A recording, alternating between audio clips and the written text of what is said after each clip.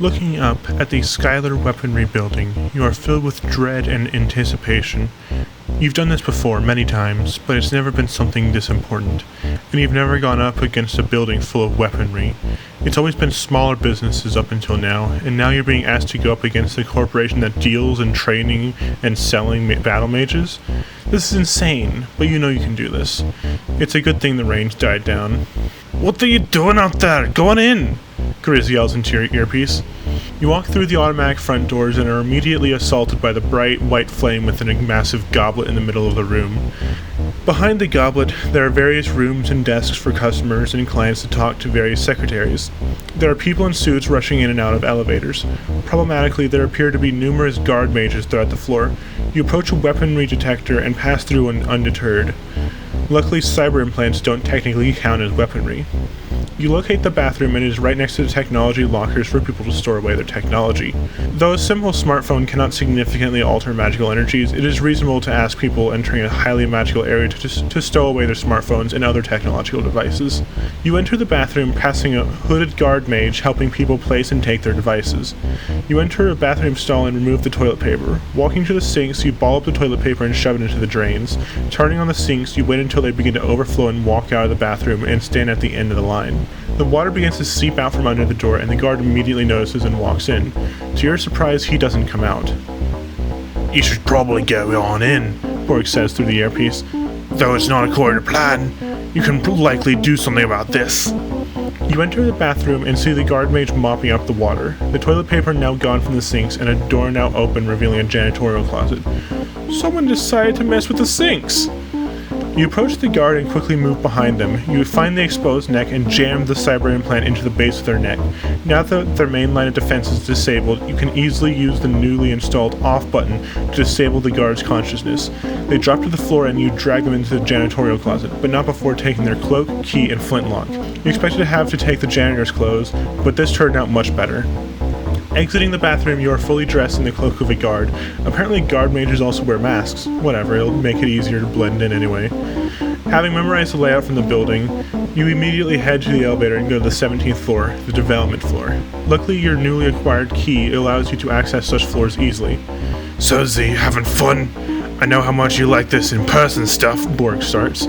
"Remember that time you were held back here when Celia went in person? You were fuming! Well, as fuming as you can get." The elevator chimes, signaling its arrival at the 17th floor. The door opens up to a long and wide hallway, with glass walls and doors leading to test and development chambers for various magical devices. You walk forward, past engineers and past sigil workers, past the desks and past the doorway at the end of the hallway. "The enhancers should be in the locked room 3 hallways down to the left," Borg says.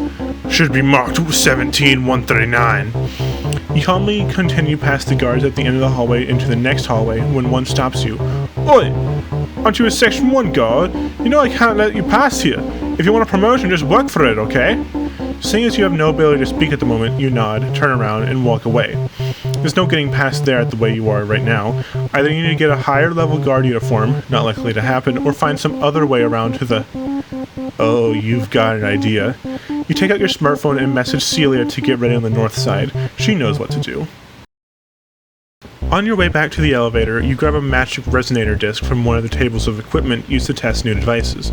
You return to the elevator and go up one more floor, the sigil writing floor. It's rather expansive here on this floor, unlike the below floor. It is, for the most part, just a few massive rooms with the occasional bathroom and office. You count out the windows until you are sure that you have arrived at the location directly above where you need to be. You see Celia on the rooftop of the opposite building and she gives you a thumbs up as she sees you as well. You give her nothing in return. Now then, how to get down there. You know how to get in, but you do not know how to get out secretly. It's not really that common for people to just jump out of windows, especially this far up. Well, and whatever. So much for covertness. It honestly isn't much of your thing anyway. You walk back to the nearest desk and turn around to face the window. Breathe in and out. Doing these things isn't the greatest for ensuring you have a long life, but whatever. Whoever said life has to be long in order to be good. You run towards the window and jump into it, turning around before impact, shattering the glass and sending yourself plummeting out the building, the wind now rushing against you. Your cloak flies away into the distance, leaving you alone in the sky. So much for blending in. You toss a thumbs up behind you and throw the magic resonator disc into the glass window you need to enter. You feel the force of Celia's blast propel you towards the building, and you fly through the now non-physical glass. You are knocked into what feels to be some sort of pedestal, and you hear the shattering of glass. Again, so much for covertness. You see what you can assume to be the enhancer on the ground in the middle of the pile of broken glass, and you grab it as soon as the doors open and guards begin to rush in. You pocket the enhancer and kick out the legs of one of the guards, knocking them over. The second guard goes to swing at you, still on the ground, and you dodge, grabbing his arm and pulling himself to the ground and you up into a standing position. You quickly turn around and kick both guards out the still non-physical window. Breathing a sigh of relief, you grab the magic resonator disc and pocket it too. There has been an incident on the first floor, and thus we are disabling the elevators. We are sorry for any inconvenience, says a woman over the intercom. Oh no, that's an issue. You glance back outside and Celia is nowhere to be seen. Placing your hand to your earpiece, you hear nothing from Borg or Grizz.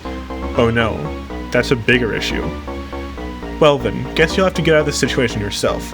You burst out the doors and begin running to the equipment table. The artificers clear the room, not wanting to get in your way and risk danger. You spot a gun-shaped object and pick it up as soon as two guards enter the area from the doors at the end of the hall. You raise the gun and fire. Sickening vertigo engulfs you as you fly through the air as a spinning pea-sized bullet, appearing your normal size again right in front of the guard you shot at. Oh boy, this toy will be surely fun, but right now you need to get out. The guard raises a hand at you and you immediately grab it, twisting until you hear a snap. The second guard, however, takes out a staff and casts what you recognize as levitation spell. Before you can react, however, you feel yourself floating upwards. The guard swipes his staff to the side and you are cast hurtling towards the window, this time not of your own volition. Now in the air outside the building yet again, you quickly point your gun up at the next window and pull the trigger. Yet again, vertigo consumes you as you fly into the glass, shattering it and reforming inside the floor above where you just were. Everyone is cowering in the corners. You quickly search the tables for rune stickers and pocket as many as you can, hoping they'll help.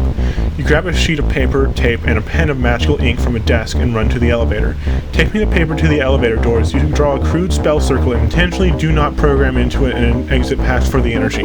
Stepping back, you take out a bag of magically charged marbles and throw 4 at the door. The marbles hit the circle and immediately the door explodes.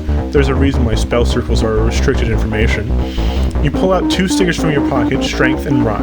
That'll work. You stick them both on you and leap out into the elevator chamber.